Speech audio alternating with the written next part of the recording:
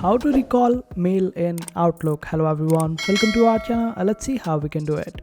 For this, just simply open up Outlook, and even if you are on the Windows Outlook and not the online one, then it would be working quite fine. But it won't work if you have sent the mail like few weeks ago or few months ago. And for this to work, you have to just open up the sent items or sent mails. You would be able to see all the sent items over here, and here just select that particular mail that you want to recall or delete.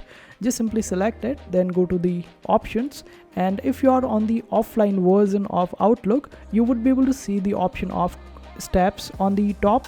Just simply click on it and select the option of quick steps, then go to the customize and add the step of permanently deleting any particular email.